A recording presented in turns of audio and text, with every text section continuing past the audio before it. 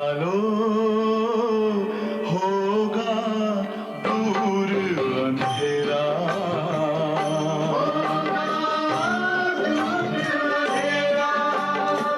शिव का कर लो ध्यान, आ रहा पावन पुण्य सवेरा।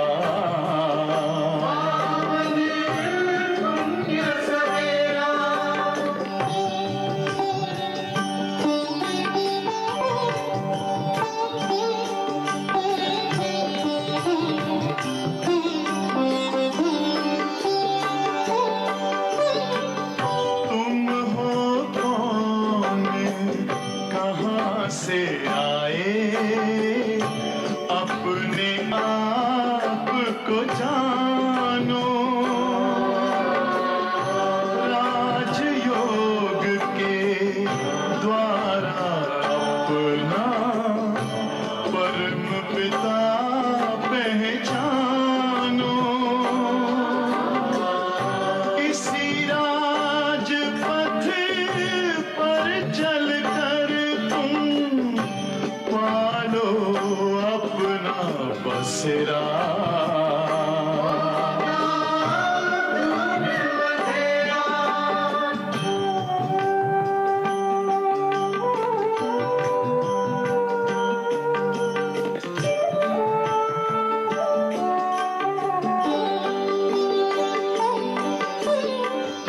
तुम हो आत्मा तन से न्यारे, परमात्मा को प्यारे, दिव्य गुणों को धारण करके योगी बनो दुलारे। ज्योति बिंदु ही तोड़ेगा ये माया मोह का घेरा।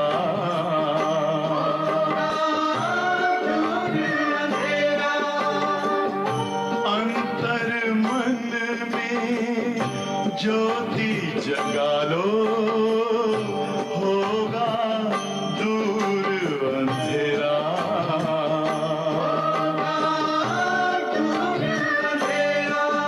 ओम शांति, ओम शांति, ओम शांति।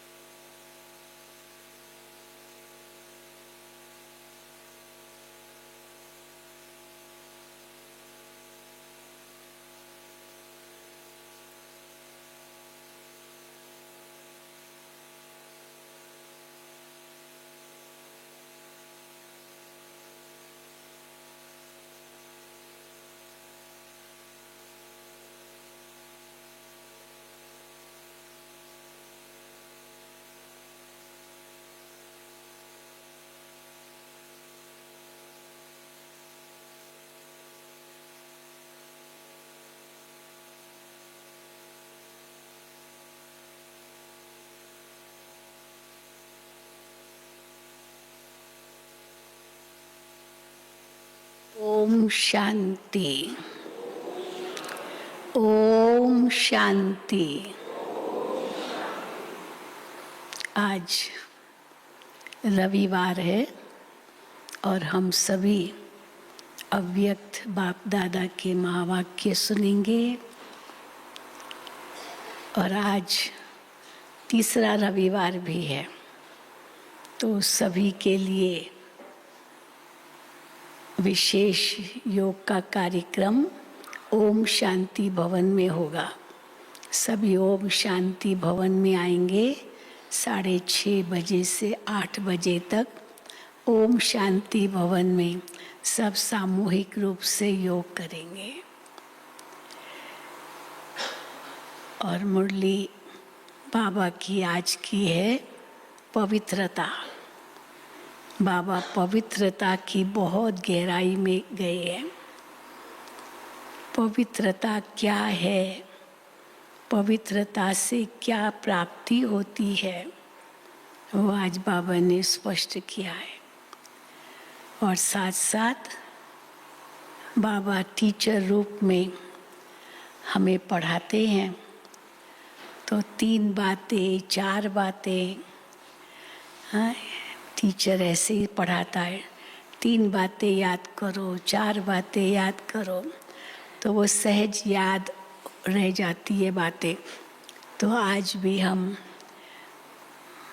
देखेंगे 3 बातें बाबा ने कौन सी कही है, 4 बातें कौन सी कही है, और कैसे वो हमारे जीवन में है या नहीं है, वो सब देखना है। क्योंकि उसी के आधार से हमारी मार्क्स होंगे, हमारी रिजल्ट निकलेगी।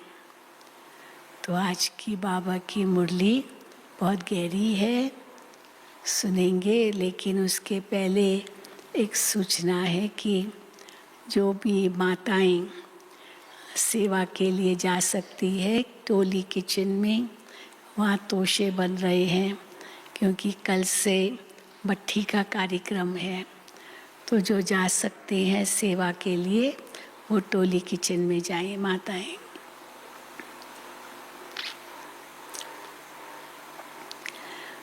ओम शांति। आज 17/4/2022 है और ये मुरली रिवाइज कर रहे हैं 25/3/90 की, 25/3/90। और आज है 17/4/2022। सर्व अनुभूतियों की प्राप्ति का आधार पवित्रता है। हेडिंग है सर्व अनुभूतियों की प्राप्ति का आधार पवित्रता है। आज स्नेह के सागर बाप दादा अपने चारों ओर के रूहानी बच्चों के रूहानी फीचर्स देख रहे हैं। ये तो है जिस्मानी फीचर्स, चेहरा स्थूल रूप है, लेकिन रूहानी फीचर्स आज बाबा देख रहे हैं। हर एक ब्राह्मण बच्चे के फीचर्स में रूहानियत है। रूहानी फीचर्स का मतलब ये नहीं कि कोई अलग ही वो फीचर्स है, चेहरे पर ही दिखाई देंगे रूहानी फीचर्स भी। तो बाबा कहते हैं हर एक ब्राह्मण बच्चे के फीचर्स में रूहानियत है। फीचर्स माना चेहरा केवल नहीं, चाल चलन बोल व्यवहार, ये सब फीचर्स में आ जाता है। हर एक ब्राह्मण बच्चे के फीचर्स में रूहानियत है, लेकिन नंबरवार है। क्योंकि रूहानियत का आधार पवित्रता है। जितनी अंदर की पवित्रता होगी उतनी वो रूहानियत के रूप में हमारे व्यवहार में, चेहरे पर, चलन में दिखाई देगी। रूहानियत का आधार पवित्रता है। संकल्प, बोल और कर्म में पवित्रता की जितनी जितनी धारणा है, इसमें धारणा संकल्प, बोल और कर्म में पवित्रता की जितनी जितनी धारणा है, उसी प्रमाण रूहानियत की झलक सूरत में दिखाई देती है। ब्राह्मण जीवन की चमक पवित्रता है। चमक, चेहरे पर चमक का भी आधार पवित्रता है। निरंतर अति इंद्रिय सुख और स्वीट साइलेंस का विशेष आधार है पवित्रता। पवित्रता होगी तो अति इंद्रिय सुख निरंतर अनुभव होगा और स्वीट साइलेंस महसूस करेंगे जब पवित्रता होगी। पवित्रता नंबरवार है, तो इन अनुभूतियों की प्राप्ति भी नंबरवार है। अगर नंबर 1 है तो प्राप्तियां भी सब नंबर 1 है। पवित्रता नंबरवार है तो इन अनुभूतियों की प्राप्ति भी नंबरवार है। कौन सी अनुभूति बाबा ने बताई? ब्राह्मण जीवन की चमक, निरंतर अति इंद्रिय सुख, स्वीट साइलेंस, ये सब विशेषताएं। तो पवित्रता नंबरवार है तो इन अनुभूतियों की प्राप्ति भी नंबरवार है। अगर पवित्रता नंबर 1 है तो बाप दादा द्वारा अनुभूतियों की प्राप्ति भी नंबर 1 है। पवित्रता की चमक स्वतः ही निरंतर चेहरे पर दिखाई देती है। पवित्रता की रूहानियत के नयन कैसे होंगे? पवित्रता है तो उनकी वो रूहानियत चेहरे पर दिखाई देगी। अब उनके नयन कैसे होंगे? पवित्रता की रूहानियत के नयन सदा ही निर्मल दिखाई देंगे, आंखें निर्मल दिखाई देगी। सदा नैनों में रूहानी आत्मा और रूहानी बाप की झलक अनुभव होगी। तो आज बाप दादा सभी बच्चों की विशेष ये चमक और झलक देख रहे हैं। चमक और झलक बाबा देख रहे हैं। आप भी अपने रूहानी पवित्रता के फीचर्स को नॉलेज के दर्पण में देख सकते हो। पवित्रता कितनी है मेरे अंदर, वो नॉलेज तो है ना। तो बाबा कहते हैं आप भी अपने रूहानी पवित्रता की फीचर्स को नॉलेज के दर्पण में देख सकते हो अपने चेहरे चलन द्वारा, क्योंकि विशेष आधार पवित्रता है। पवित्रता सिर्फ ब्रह्मचर्य को नहीं कहा जाता है, लेकिन सदा ब्रह्मचारी और सदा ब्रह्माचारी, अर्थात ब्रह्माचारी बाबा किसको कहते हैं? अर्थात ब्रह्मा बाप के आचरण पर हर कदम में चलने वाले, उनको कहेंगे ब्रह्माचारी। ब्रह्मा बाप के आचरण पर हर कदम में चलने वाले।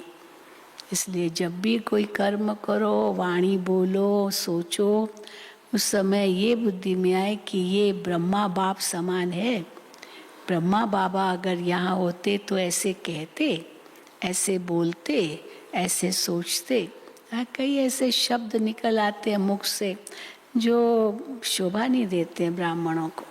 तो इसलिए बाबा कहते हैं ये सदा ब्रह्मा बाप के आचरण पर हर कदम पर चलने वाले, उनको ही ब्रह्माचारी कहेंगे। उसका संकल्प, बोल और कर्म रूपी कदम, वो भी कदम है। संकल्प भी कदम, बोल भी कदम, कर्म भी कदम। उनका संकल्प, बोल और कर्म रूपी कदम नेचुरल ब्रह्मा बाप के कदम पर कदम होगा, जिसको आप फुट स्टेप कहते हो। इंग्लिश में उसको फुट स्टेप कहते हैं। उनके कदम पर कदम रखते हैं। उनके हर कदम में ब्रह्मा बाप का आचरण दिखाई देगा। तो ब्रह्मचारी बनना मुश्किल नहीं है, लेकिन यह मन वाणी कर्म के कदम ब्रह्माचारी हो, इस पर चेक करने की आवश्यकता है। और जो ब्रह्माचारी है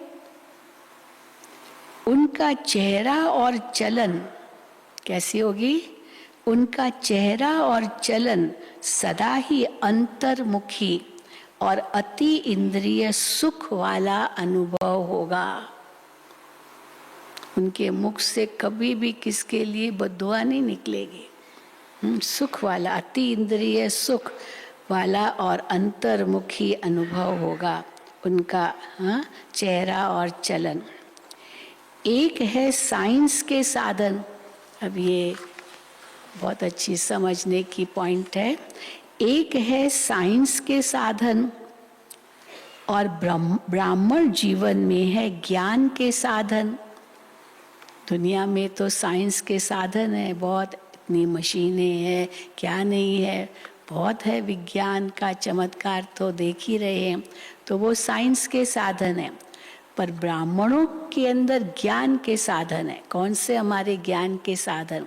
साधन माना कोई स्थूल चीज, एक है साधना, वो है दूसरा स्थूल साधन। तो हमारे साधन कौन से हैं? बाबा की मुरली है, सेंटर है, हाँ, सेवा है, चित्र है, ये जो स्थूल चीजें हैं वो हमारे ज्ञान के साधन हैं। बाबा के गीत हैं, सीडीज हैं, और लाइट करके हम योग करते हैं, बाबा का कमरा है, ये सब साधन है, ये ज्ञान के साधन है। तो देखो बाबा क्या कहते हैं, एक है साइंस के साधन और ब्राह्मण जीवन में है ज्ञान के साधन। तो ब्रह्मचारी आत्मा साइंस के साधन व ज्ञान के साधन के आधार पर सदा सुखी नहीं होते। आज तो बाबा की मुरली मुझे मिली ही नहीं तो निराश हो गया। अरे मुरली नहीं मिली, चलो नहीं मिली तो बाबा ने ज्ञान तो कितना दिया है। कोई पुरानी मुरली ले लो, इसमें क्या है, बाबा की मुरली तो नित्य नई अनुभव होती है। आज मैं बाबा के कमरे में नहीं गया, बहुत बिजी था, है मैंने बहुत मिस किया। बाबा को आप याद कर सकते हो, भले बाबा के कमरे में जाना है पर नहीं जा सके कोई कारण से, कोई साधन है जहाँ बाबा के बैठकर योग कर सकते हो। पर मान लो नहीं जा सके, कोई कारण था, तो ये थोड़ी है कि निराश हो जाओ। तो इसलिए ये साधनों में भी फंसना तो नहीं है ना। तो बाबा वही कहते हैं, तो ब्रह्मचारी आत्मा साइंस के साधन व ज्ञान के साधन के आधार पर सदा सुखी नहीं होते, लेकिन साधनों को भी अपनी साधना के स्वरूप में कार्य में लाते हैं। उन साधनों को भी साधना के स्वरूप में कार्य में लाते हैं। हम एक सेंटर पर हम गए तो वहाँ पर लाल लाइट खराब हो गई थी। तो बहन जी आज योग कैसे करेंगे, लाल लाइट ही नहीं है। अरे योग क्यों नहीं कर सकते, लाल लाइट नहीं माना योग नहीं कर सकते, क्यों नहीं कर सकते, सफ़ेद लाइट में भी कर सकते हैं। कई बार योग में बैठे और कोई ने इस लाल लाइट की नहीं, तो क्या योग नहीं होगा क्या? लाल लाइट ही चाहिए योग के लिए। तो ये साधन हो गए, तो किसी साधन में फंसना भी नहीं है। बाबा की याद तो कहीं भी कब भी हो सकती है। तो इसलिए बाबा कहते हैं, लेकिन साधनों को भी अपनी साधना के स्वरूप में कार्य में लाते, साधनों को आधार नहीं बनाते, लेकिन अपनी साधना के आधार से साधनों को कार्य में लाते। जैसे कोई ब्राह्मण आत्माएं कभी कभी कहते हैं, हमें ये चांस नहीं मिला, हमें वहाँ बुलाया नहीं गया, हमें भाषण करने का चांस नहीं दिया, हमें क्लास कराने का चांस नहीं दिया। अच्छा नहीं दिया तो क्या हुआ, इसमें क्या है, इसमें कोई दुखी थोड़ी हो जाना होता है, निराश थोड़ी हो जाना होता है। हाँ नहीं दिया, अरे नहीं दिया कोई बात नहीं, बाबा को याद करो, इसमें क्या, वो तो आपके लिए तो कोई मना नहीं है। चांस मिला नहीं तो निराश हो गए। तो ये बाबा मिसाल देते हैं, जैसे कोई ब्राह्मण आत्माएं कभी कभी कहते हैं, हमें ये चांस नहीं मिला, इस बात की मदद नहीं मिली, ये साथ नहीं मिला, इसलिए खुशी कम हो गई। हाँ साथ नहीं मिला, चलो बाबा को साथ ले लो, इसमें क्या है, पर खुशी क्यों कम होनी चाहिए, इसलिए खुशी कम हो गई। अथवा सेवा का स्वयं का उमंग उत्साह कम हो गया, क्योंकि ये नहीं मिला मुझे ये स्थूल रूप में। पहले पहले तो बहुत अति इंद्रिय सुख था, उमंग उत्साह भी रहा, मैं और मेरा बाबा, और कुछ दिखाई नहीं दिया। जब बाबा के ज्ञान में आए तो यही था ना, और कुछ दिखाई नहीं देता, बस मैं मेरा बाबा बस। लेकिन मेजॉरिटी 5 वर्ष से 10 वर्ष के अंदर अपने में कभी कैसे अनुभव करने लगते हैं। पहले तो भी नहीं है तो चलो सबका सहयोग मिलेगा, फिर तो अपने पाँव पर खड़ा होना होता है ना, और हर वक्त कहाँ से सहयोग मिलेगा। तो किसने कुछ कह दिया, नाराज हो गया, निराश हो गया। तो कहा पहले तो बहुत अच्छा लगता था, अभी नहीं, तो क्यों अपने पाँव पर खड़े रहना ये भूल जाते हैं। तो बाबा कहते हैं तो लेकिन मेजॉरिटी 5 वर्ष से 10 वर्ष के अंदर अपने में कभी कैसे अनुभव करने लगते हैं। इसका कारण क्या है? पहले वर्ष से 10 वर्ष में उमंग उत्साह तो 10 गुना बढ़ना चाहिए। 10 वर्ष हो गए आपको बाबा के ज्ञान में, तो 10 गुना आपका उमंग उत्साह बढ़ना चाहिए। लेकिन कम क्यों हो गया? उसका कारण यही है कि साधना की स्थिति में रह साधनों को कार्य में नहीं लगाते। साधना की स्थिति में रह साधनों को कार्य में नहीं लगाते, केवल साधनों के पीछे जाते हैं, वो साधना भूल जाती है। स्थिति हमारी कैसी होनी चाहिए ये भूल जाते हैं। तो साधना की स्थिति में रह साधनों को कार्य में नहीं लगाते। कोई न कोई आधार को अपनी उन्नति का आधार बना देते हैं। स्थूल साधन का जो आधार है उसी कोई अपना आधार बना देते हैं, और वो आधार हिलता है मानो तो उमंग उत्साह भी हिल जाता है। वैसे आधार लेना कोई बुरी चीज नहीं है। चलो बाबा की याद में बैठे हैं, गीत बज रहा है, बहुत अच्छा लग रहा है, योग लग रहा है, कहीं तो मोबाइल लेकर के सारा दिन बस कान में लगा रहता है।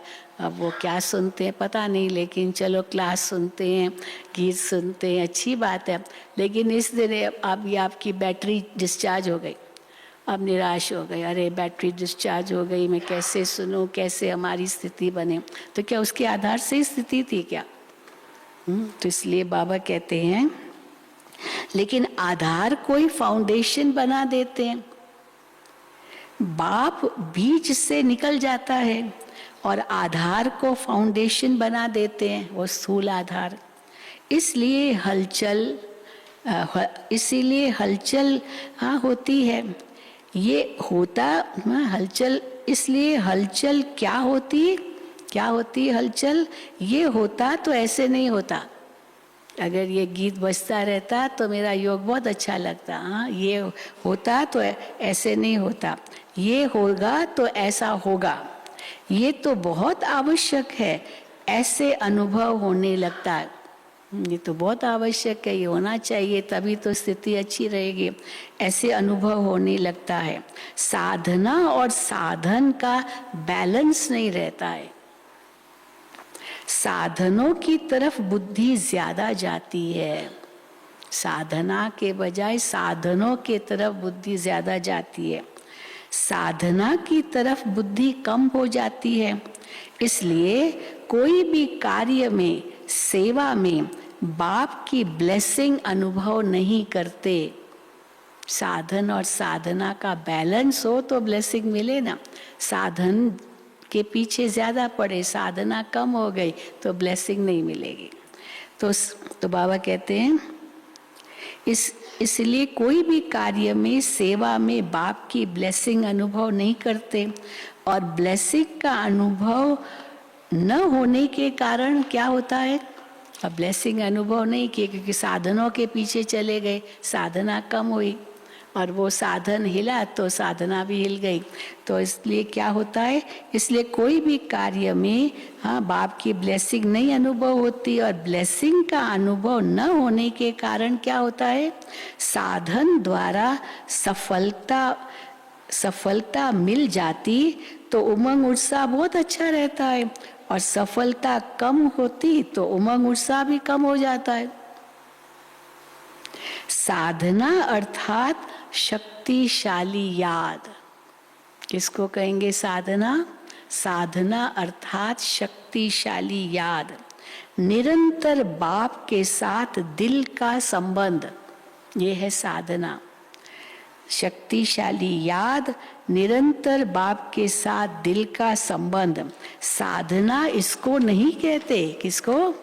कि सिर्फ योग में बैठ गए, लेकिन हाँ सिर्फ योग में बैठ गए, हाँ ये हमारी साधना है, तो सिर्फ बैठ गए यही साधना नहीं है। लेकिन जैसे शरीर से बैठते हो वैसे दिल, मन, बुद्धि एक बाप की तरफ, बाप के साथ साथ बैठ जाएं। शरीर भल यहाँ बैठा है, लेकिन मन एक तरफ, बुद्धि दूसरे तरफ जा रही है, दिल में और कुछ आ रहा है, तो इसको साधना नहीं कहते। बैठे एक जगह, लेकिन मन कहाँ जा रहा है, बुद्धि कहाँ जा रही है, दिल कहीं और जा रही है, तो इसको थोड़ी साधना कहेंगे।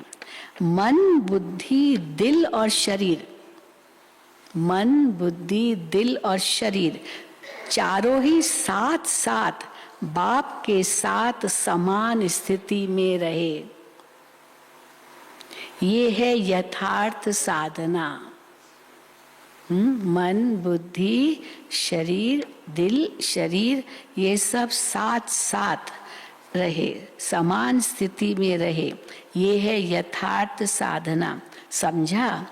अगर यथार्थ साधना नहीं होती तो फिर क्या होता है? साधना की जगह बाबा ने शब्द दिया है आराधना।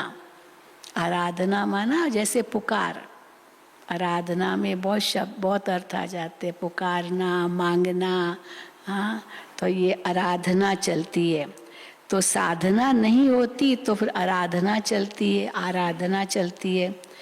पहले भी सुनाया, कभी तो याद करते हैं, लेकिन कभी फिर फरियाद करते हैं। याद अच्छी चीज है, पर फरियाद, कंप्लेन करना बाबा को, फरियाद करते हैं। याद में फरियाद की आवश्यकता नहीं है।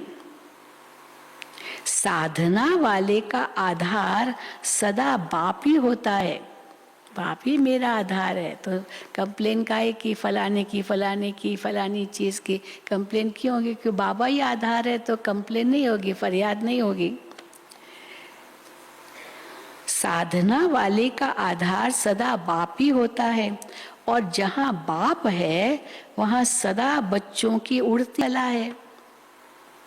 उड़ती कला कम नहीं होगी, उड़ते ही रहेंगे, कम नहीं होगा, लेकिन अनेक गुणा बढ़ता जाएगा।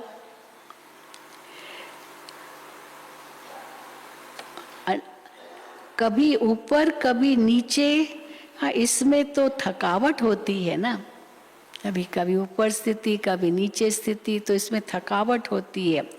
तो बाबा मिसाल भी देते हैं, कभी ऊपर कभी नीचे, इसमें थकावट होती है। आप कोई भी हलचल के स्थान पर बैठो तो क्या होगा? अभी कहाँ बैठे हो तो वो ऊपर नीचे है, तो ऊपर खाबड़ है, मानो कुछ भी चल भी रहे हो, वो सीधा नहीं है, तो ऊपर नीचे होते रहते हैं मानो। तो बाबा कहते क्या होगा? जैसे ट्रेन में बहुत हिलने से थकावट होती है, कई बार होते हैं ना, जहाँ ट्रेन का डब्बा में बैठते हैं, नीचे वो नीचे ही चक्के होते हैं, वो उस डिब्बे के नीचे ही, तो वो चक्के जब चलते हैं ना तो बहुत आवाज़ भी होती है और हलचल भी होती है बहुत। तो इसीलिए बाबा कहते हैं जैसे ट्रेन में बहुत हिलने से थकावट होती है, कभी बहुत उमंग उत्साह में उड़ते हो, कभी बीच में रहते हो और कभी नीचे आ जाते हो, तो हलचल हो ही ना। इसलिए या थक जाते हो या बोर हो जाते हो, फिर सोचते हो क्या ऐसे ही चलना है। अभी प्लेन में जाते हैं तो कई बार तो पता ही नहीं चलता है प्लेन में। अमेरिका तक जाते हैं 14-14 घंटा प्लेन में ही बैठते, लेकिन इतना सरल जाता है और नींद ही आ जाती है, पता भी नहीं चलता है क्योंकि हलचल नहीं है। पर जैसे ही अगर हलचल होती है तो वह सब जाग जाते हैं, सब डरने लगते हैं। तो इसीलिए बाबा कहते हैं, फिर सोचते हैं क्या ऐसे ही चलना है? लेकिन जो साधना द्वारा बाप के साथ हैं, उसके लिए संगम युग पर सब नया ही नया अनुभव होता है। सब नया ही नया अनुभव होता है संगम पर। हर घड़ी में, हर संकल्प में नवीनता अनुभव होती है, क्योंकि हर कदम में उड़ती कला अर्थात प्राप्ति में प्राप्ति होती रहती है। हर समय प्राप्ति है। संगम युग में हर समय बाप वर्षे और वरदान के रूप में प्राप्ति कराते हैं। बाबा संगम युग में हर समय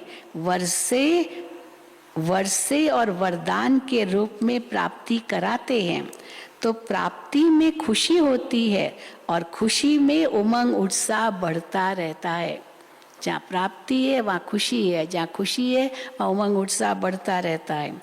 कम तो हो ही नहीं सकता। चाहे माया भी आए तो भी विजयी बनने की खुशी होगी, क्योंकि माया पर विजय प्राप्त करने के नॉलेजफुल बन गए हो। तो 10 साल वालों को तो 10 गुना और 20 साल वालों का 20 गुना हो रहा है। बाबा पूछ रहे हैं।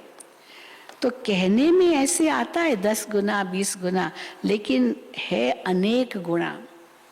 जैसे बाबा के ज्ञान में आगे बढ़ते हैं, हमारा उमंग उत्साह और बढ़ते रहना चाहिए। 10 गुना 20 गुना भी हद हो जाती है। तो कहने में ऐसे आता है, लेकिन है तो अनेक गुना। अब इस वर्ष में क्या करेंगे? उमंग उत्साह तो बाप द्वारा मिली हुई आपकी अपनी जायदाद है, हमारा अधिकार है। उमंग उत्साह बाप की प्रॉपर्टी को अपना बनाया है, तो प्रॉपर्टी को तो बढ़ाया जाता है या कम किया जाता है? इस वर्ष विशेष 4 प्रकार की सेवा पर अटेंशन अंडरलाइन करना, तब उमंग उत्साह सदा बढ़ता रहेगा। तो 4 प्रकार की सेवा पर अटेंशन अंडरलाइन करना। अब कौन सी 4 प्रकार की सेवा? पहला नंबर है स्व की सेवा, अपनी स्थिति की सेवा। मुझे अपनी स्थिति से नीचे नहीं आना है, स्व की सेवा। दूसरा विश्व की सेवा, विश्व की सेवा। तीसरा मनसा सेवा। एक है वाणी द्वारा सेवा, वो तो करती है, पर जो मेन है वो मनसा सेवा। तो एक है वाणी द्वारा सेवा, पर दूसरी मनसा सेवा भी विशेष है। आज बाबा ने बताया वाणी द्वारा तो बहुत सेवा करते, लेकिन मनसा सेवा कहाँ करते हैं? तो दूसरा मनसा सेवा भी विशेष है। तो एक है स्व सेवा, दूसरी विश्व सेवा, तीसरी मनसा सेवा और चौथी है यज्ञ सेवा। यज्ञ सेवा खाली खाया पिया सोया तो सेवा नहीं की तो उमंग उत्साह भी नहीं आएगा। सेवा करो तो खुशी भी आए। चौथा है यज्ञ सेवा। जहाँ भी हो, जिस भी सेवा स्थान पर हो, केवल मधुबन की बात नहीं है, जहाँ भी हो, जिस भी सेवा स्थान पर हो, वो सब सेवा स्थान यज्ञ कुंड है। सब यज्ञ कुंड है सेवा स्थान। ऐसे नहीं कि सिर्फ मधुबन यज्ञ है और आपके स्थान यज्ञ नहीं है। तो यज्ञ सेवा अर्थात कर्मणा द्वारा कुछ न कुछ सेवा जरूर करनी चाहिए। मधुबन में तो करनी चाहिए, परंतु जिस भी सेवा केंद्र पर रहते हो, जाते हो, तो यज्ञ सेवा जरूर करनी चाहिए। बाप दादा के पास सेवा के 3 प्रकार के खाते सबके जमा होते हैं। अब 3 प्रकार के खाते बाप के पास जमा होते हैं। कौन से 3 प्रकार के खाते? मनसा, वाचा और कर्मणा और तन मन धन। ये 3 प्रकार के खाते हैं, वो बाबा के पास जमा होते हैं। कई ब्राह्मण सोचते हैं हम तो धन से सहयोगी नहीं बन सकते, हाँ इतनी मेरी कैपेसिटी नहीं है, मेरे हालात ठीक नहीं है, तो मैं धन से मदद नहीं कर सकता हूँ। तो उनके लिए क्या बाबा राय देते हैं? तो धन से मदद नहीं कर सकते हैं। तो कई ब्राह्मण सोचते हैं हम तो धन से सहयोगी नहीं बन सकते, सेवा नहीं कर सकते, क्योंकि हाँ कई तो चलो नहीं है धन से सेवा करने का वो कैपेसिटी, लेकिन अभी कई समर्पित है। अब समर्पित तो कोई नौकरी वोकरी तो करते नहीं है, समर्पित रूप से बाबा की सेवाएं करते हैं, तो समर्पित कहाँ से धन लाएंगे? तो फिर बाबा कहते हैं, वो कहते हैं हम तो समर्पित है, धन कमाते ही नहीं है, तो धन से सेवा कैसे करेंगे? लेकिन हाँ समर्पित को बाबा बहुत ध्यान खिंचवाते हैं। लेकिन समर्पित आत्मा अगर यज्ञ के कार्य में इकोनॉमी करती है, अपने अटेंशन से इकोनॉमी करती है, अब का कमरे से बाहर निकले पंखा चालू, लाइट चालू और निकल गए, बंद कर दिया पंखा लाइट सब चालू, अब बताओ बिजली का खर्चा कितना वेस्ट होगा? पानी का नल का खुला है, खुला रहने दो, सब ऐसे ही वेस्ट। सब्जी काट रहे हैं, आधी सब्जी तो फेंक रहे हैं, टाइम कहाँ है जो बैठ के एक एक सोचे हम निकाले? तो ये वेस्टेज बहुत होती है। इसलिए देखो बाबा क्या कहते हैं, लेकिन समर्पित आत्मा अगर यज्ञ के कार्य में इकोनॉमी करती है अपने अटेंशन से, तो जैसे धन की इकोनॉमी की, वो इकोनॉमी वाला धन अपने नाम से जमा होता है, धन से वो जमा होगा, इकोनॉमी की ना, बचत की। ये सूक्ष्म खाता है। अगर कोई नुकसान करता है तो खाते में बोझ जमा होता है। अब इतना थाली में खाना ले लिया, खा तो सकते नहीं है, हम कई बार देखते फेंक देते, हम कहते फिर लिया क्यों इतना? कहते बहन जी हमने तो मना किया तो भी डाल दिया इतना। अरे भाई डालने वाले भी ध्यान दे ना, ऐसे तो ही डाल दिया, वो कितना खा सकता। और कई तो बोलते भी नहीं है कि भाई इतना मत डालो, वो तो देखते भी नहीं, वो बातें करते रहते और थाली हाथ में, और वो अब देने वाला तो पूछेगा थोड़ी, वो तो डालता जाएगा। तो वो भी ध्यान देना होता है कि हम कितना ले रहे हैं, जितना खा सकते हैं, वेस्ट तो नहीं करना है ना।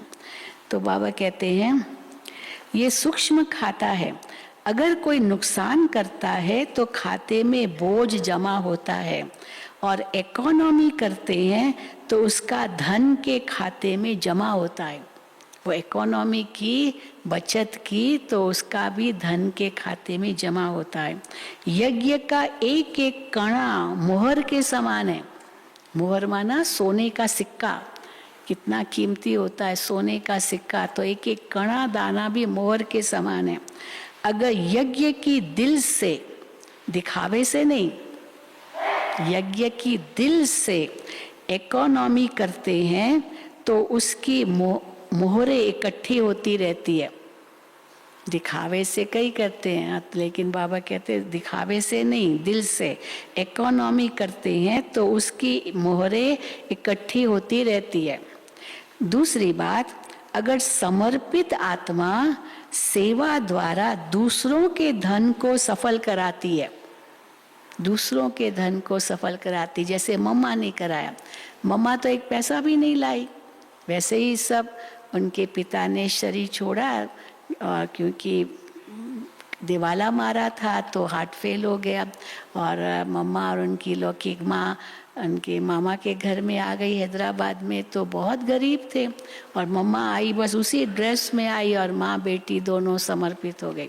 लेकिन मम्मा लक्ष्मी बन गई, एक पैसा नहीं दिया यज्ञ में, था ही नहीं, लेकिन मम्मा ने औरों से जो करवाया उसका शेयर मम्मा को मिला।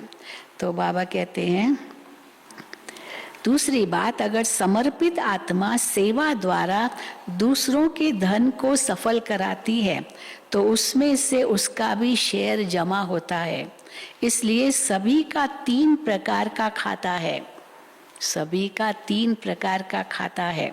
हाँ, मनसा वाचा कर्मणा, 3 प्रकार के खाते बाबा ने कहे ना। हाँ, तन मन धन ये सब बाबा ने। तो बाबा कहते हैं तीनों खातों की परसेंटेज अच्छी होनी चाहिए। कोई समझते हैं हम तो वाचा सेवा में बहुत बिजी रहते हैं, हमारी ड्यूटी ही वाचा की है, सारा दिन ओम शांति भवन समझाते रहते हैं, वाचा की ड्यूटी है। मनसा और कर्मणा में परसेंटेज कम होती है, लेकिन ये भी बहाना चलेगा नहीं। क्यों नहीं चलेगा? क्योंकि वाचा में मनसा तो कर ही सकते हो ना साथ साथ, केवल वाचा थोड़ी होती है, वाचा में मनसा भी एडेड है। तो बाबा कहते हैं मनसा और कर्मणा में परसेंटेज कम होती है, लेकिन ये भी बहाना चलेगा नहीं। वाणी के समय अगर मनसा और वाचा की इकट्ठी सेवा करो तो क्या रिजल्ट होगी?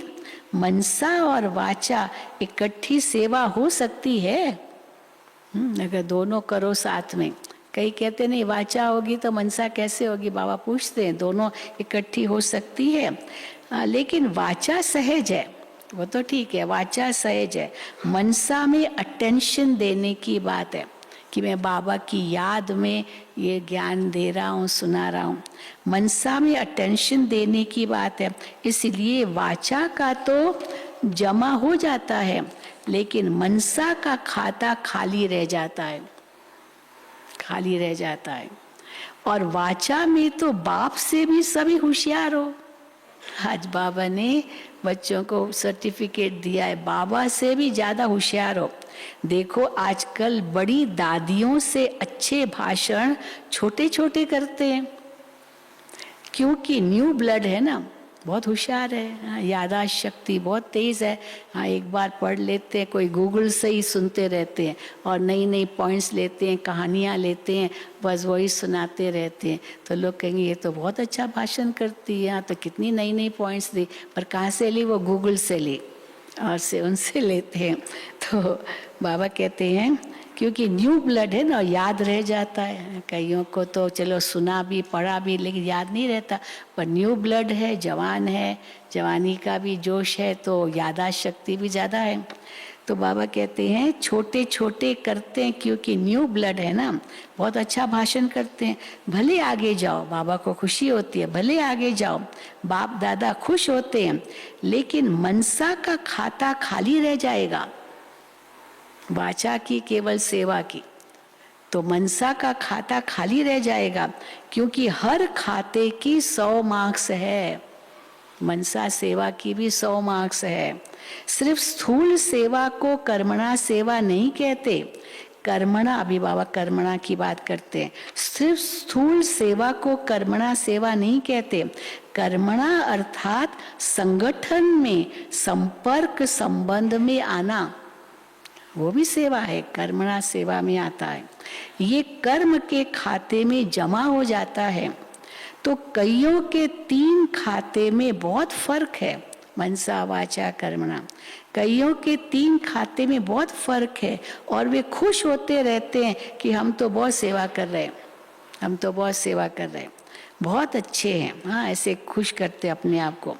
खुश भले रहो, बाबा को खुशी होती है कि आप खुश रहते हो, खुश भले रहो, लेकिन खाता खाली भी नहीं रहना चाहिए, क्योंकि बाप दादा तो बच्चों के स्नेही है ना। बाबा चाहेंगे कि सब खाते उनके भरपूर हो, मनसा वाचा कर्मणा। फिर ऐसा उल्हेना नहीं देना कि हमको तो इशारा भी नहीं दिया गया था। धर्मराजपुरी में वो आपके सामने आ जाएगी स्क्रीन की ये तुमने नहीं किया या ये गलत किया, तो बाबा कहते उस समय उल्हेना नहीं देना। फिर ऐसा उल्हेना नहीं देना कि हमको इशारा भी नहीं दिया गया कि ये भी होता है। उस समय बाप दादा ये पॉइंट याद दिलाएगा, ये आपको कहा था फिर भी आपने सुना नहीं, माना नहीं। टीवी में चित्र सामने आ जाएगा। इसलिए इस वर्ष सेवा भले बहुत करो, लेकिन ये तीनों प्रकार के खाते और चारों प्रकार की सेवा साथ साथ करो। वाचा का तरफ भारी हो जाए और मनसा तथा कर्मणा हल्का हो जाए तो क्या होगा? बैलेंस नहीं रहेगा ना। बैलेंस न रहने के कारण उमंग उत्साह भी नीचे ऊपर होता है।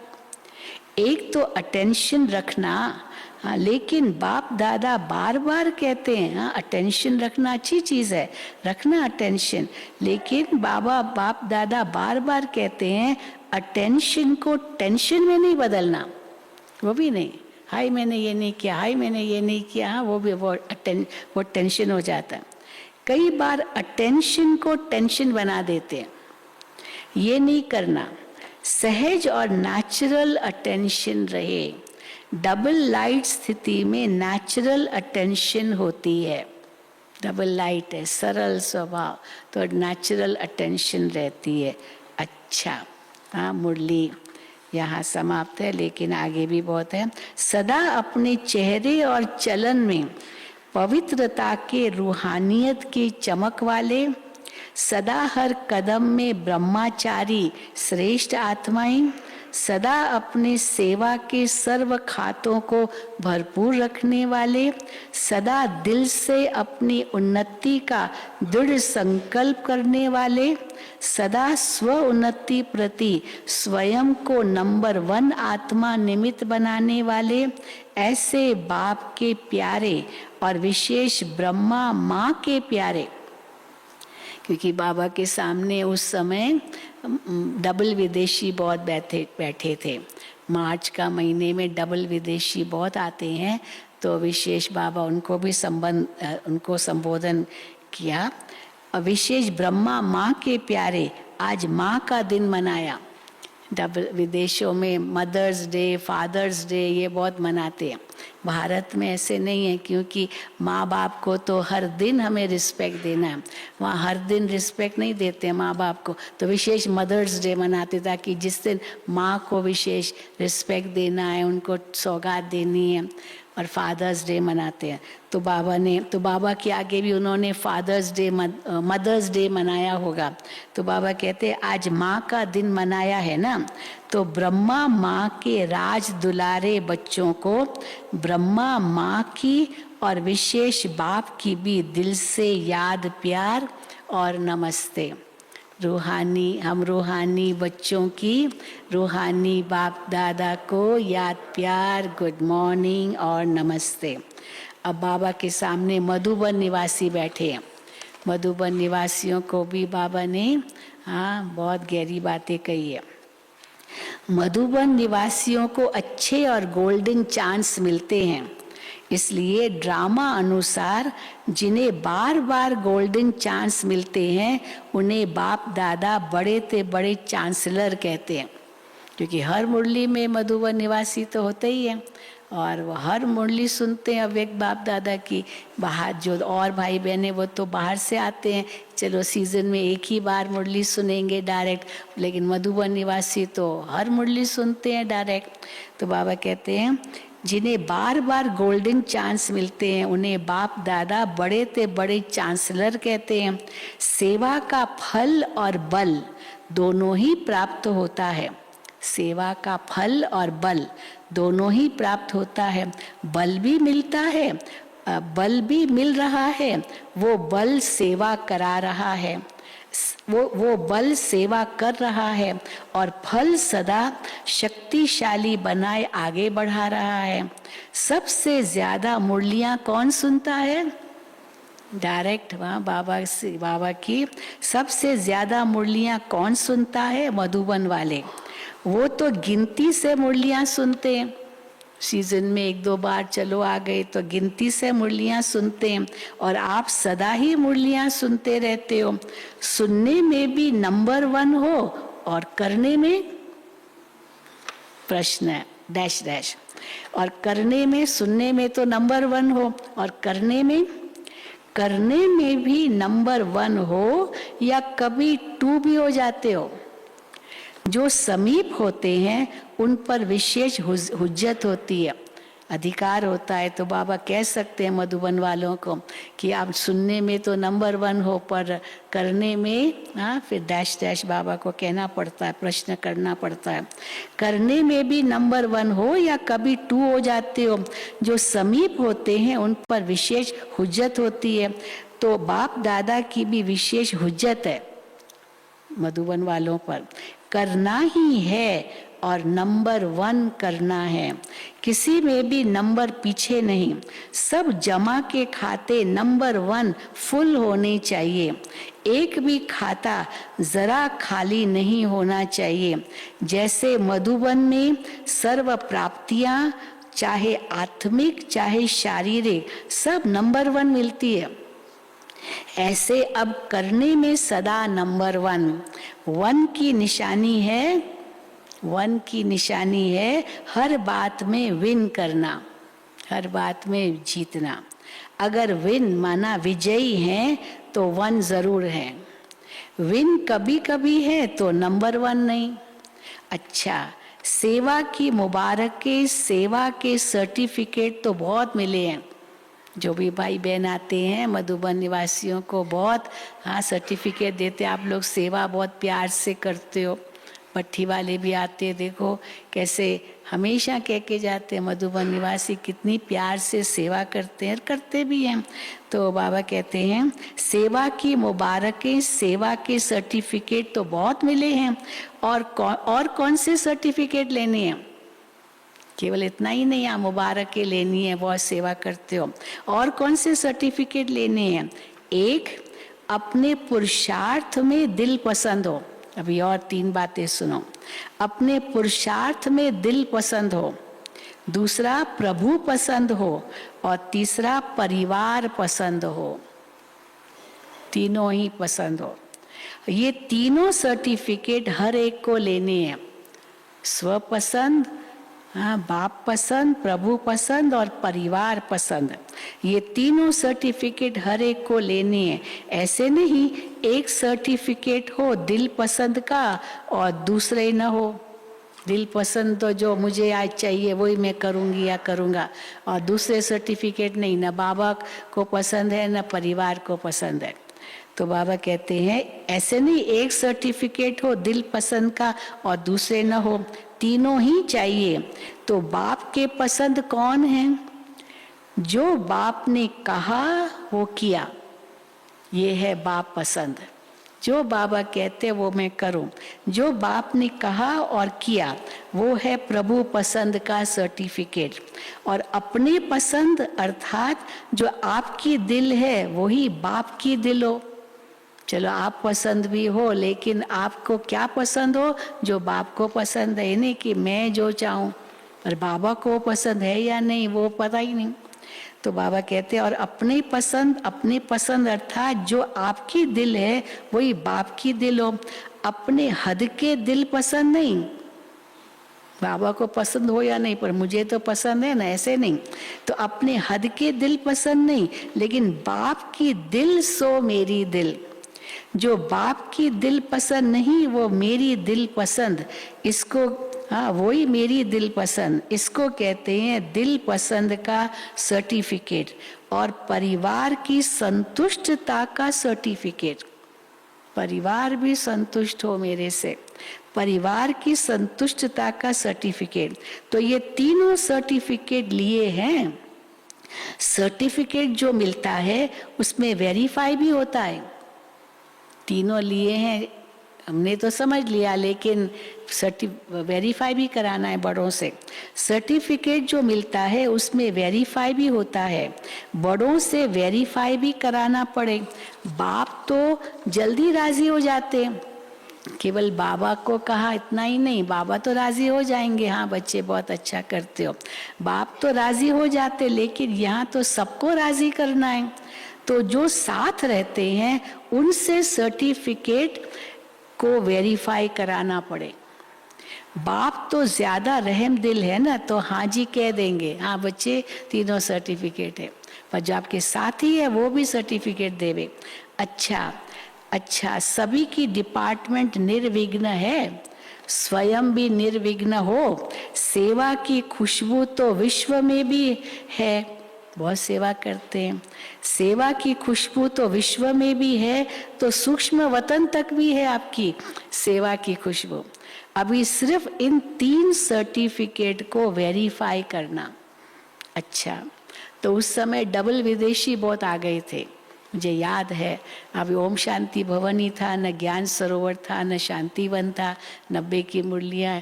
अब इतने डबल विदेशी आ गए थे तो भारतवासियों को मना किया था कि आप लोग मत आओ, ये टर्न डबल विदेशियों का है, क्योंकि उसमें मीटिंग्स होती थी, उनके रिट्रीट होती थी, सब कुछ यहीं करते थे। तो मना किया, तो भी भारतवासी आ गए, थोड़े बहुत तो आ ही गए होंगे। तो फिर भारतवासियों से फिर बाबा अलग मिले हैं। तो भारतवासियों से ऐसा अनुभव होता है कि सुखदाता बाप के साथ सुखी बच्चे बन गए हो। हाँ, बाप सुखदाता है तो बच्चे सुख स्वरूप होंगे ना। कभी दुख की लहर आती है, सुखदाता के बच्चों के पास दुख आ नहीं सकता, क्योंकि सुखदाता बाप का खजाना अपना खजाना हो गया। सुख अपनी प्रॉपर्टी हो गई। सुख, शांति, शक्ति, खुशी आपका खजाना है। बाप का खजाना सो आपका खजाना हो गया। बालक सो मालिक हो ना। अच्छा, भारत भी कम नहीं है, हर ग्रुप में पहुंच जाते हैं। डबल विदेशियों के ग्रुप में भी भारत वाले पहुंच गए। अभी तो बाबा डबल विदेशियों को कहते हैं, बाहर ग्रुप में डबल विदेशी पहुंच जाते। तो उस समय विशेष डबल विदेशियों को अलग ग्रुप देते थे, क्योंकि मधुबन में भी रहने की तो कैपेसिटी कम थी, तो उसमें भी भारतवासी आ जाते थे। तो बाबा कहते हैं बालक, अच्छा, हर भारत भी कम नहीं है, हर ग्रुप में पहुंच जाते हैं। बाप भी खुश होते हैं। 5000 वर्ष खोए हुए फिर से मिल जाए तो कितनी खुशी होगी। अगर कोई 10-12 वर्ष का खोया हुआ भी फिर से मिलता है तो कितनी खुशी होती है। और ये 5000 वर्ष बाद 5000 वर्ष बाप और बच्चे अलग हो गए और अब फिर से मिले हैं, इसीलिए बहुत खुशी है ना। सबसे ज्यादा खुशी किसके पास है? सबसे ज्यादा खुशी किसके पास है? सभी के पास है। सभी कहेंगे हमारे पास है, क्योंकि ये खुशी का खजाना इतना बड़ा है, जो कितने भी लेवे, जितने भी लेवे अखुट है। इतना खजाना है बाबा के पास खुशी का। इसलिए हर एक अधिकारी आत्मा है, ऐसे है ना। संगम युग को कौन सा युग कहते हैं? संगम युग खुशी का युग है। खजाने ही खजाने हैं, जितने खजाने चाहो उतना भर सकते हो। धनवान भव का, सर्व खजाने भव का वरदान मिला हुआ है। सर्व खजानों का वरदान प्राप्त है। ब्राह्मण जीवन में तो खुशियां ही खुशियां हैं। ये खुशी कभी गायब तो नहीं हो जाती है, माया चोरी तो नहीं करती है खजानों को। जो सावधान होशियार होता है उसका खजाना कभी कोई लूट नहीं सकता। होशियार सावधान व्यक्ति का खजाना कभी कोई लूट नहीं सकता। जो थोड़ा सा अलबेला होता है उसका खजाना लूट लेते हैं। आप तो सावधान हो ना, तो कभी कभी सो जाते हो। होता है ना, ट्रेन में सो गए हम, पर्स हाथ में, अब कोई चोर आया और आप सोए हुए और पर्स ऐसे ही आए तो उठा के ले जाएगा, पता भी नहीं चलेगा। तो बाबा कहते हैं आप तो सावधान हो ना, या कभी कभी सो जाते हो। कोई सो जाते हैं तो चोरी हो जाती है ना, अलबेले हो गए। सदा होशियार, सदा जागती ज्योति रहे तो माया की हिम्मत नहीं जो खजाना लूट कर ले जाए। अच्छा, जहाँ से भी आए हो सब पद्मा पदम भाग्यवान हो, यही गीत गाते रहो सब कुछ मिल गया। क्या गीत गाओ? सब कुछ मिल गया। 21 जन्मों के लिए गारंटी है ये खजाने साथ रहेंगे। इतनी बड़ी गारंटी कोई दे नहीं सकता। ये तो गारंटी कार्ड ले लिया है ना, 21 जन्मों की गारंटी है। ये गारंटी कार्ड ले लिया है ना, ये गारंटी कार्ड कोई रिवाजी आत्मा देने वाली नहीं है। कोई रिवाजी आत्मा, साधारण आत्मा ने ये गारंटी कार्ड नहीं दिया है, दाता है, इसीलिए कोई डर नहीं है। दाता ने ये गारंटी दी है, कोई शक नहीं है। हाँ, शक भी नहीं और डर भी नहीं। अच्छा, वरदान। वरदान, फॉलो फादर करते हुए सपूत बन हर कर्म में सबूत देने वाले सफलता स्वरूप भव। फॉलो फादर करते हुए सपूत बन हर कर्म में सबूत देने वाले सफलता स्वरूप भव। जो फॉलो फादर करने वाले बच्चे हैं वही समान हैं, क्योंकि जो बाप के कदम वो आपके कदम। बाप दादा सपूत उनको कहता। कौन है सपूत? जो हर कर्म में सबूत दे। सपूत अर्थात सदा बाप के श्रीमत का हाथ और साथ अनुभव करने वाला। जहाँ बाप की श्रीमत व वरदान का हाथ है वहाँ सफलता है ही। इसलिए कोई भी कार्य करते ये स्मृति में लाओ कि बाप के वरदान का हाथ हमारे ऊपर है। स्लोगन, हीरे तुल्य ऊंची स्थिति में स्थित होकर किए गए कर्म ही मूल्यवान कर्म है। हीरे तुल्य ऊंची स्थिति में स्थित होकर किए गए कर्म ही मूल्यवान कर्म है। तो सूचना फिर से दे रहे हैं, आज मास का तीसरा रविवार है। सभी राजयोगी तपस्वी भाई बहनें सायंकाल 6:30 बजे तक से 6:30 से 8 बजे तक विशेष योग अभ्यास के समय अपने इष्ट देव रहम दिल दाता स्वरूप में स्थित हो भक्तों की मनोकामनाएं पूर्ण करने की सेवा करे। भक्तों की मनोकामनाएं पूर्ण करने की सेवा करे। इष्ट देव रहम दिल दाता स्वरूप में स्थित रहकर। चलो अच्छा, ओम शांति।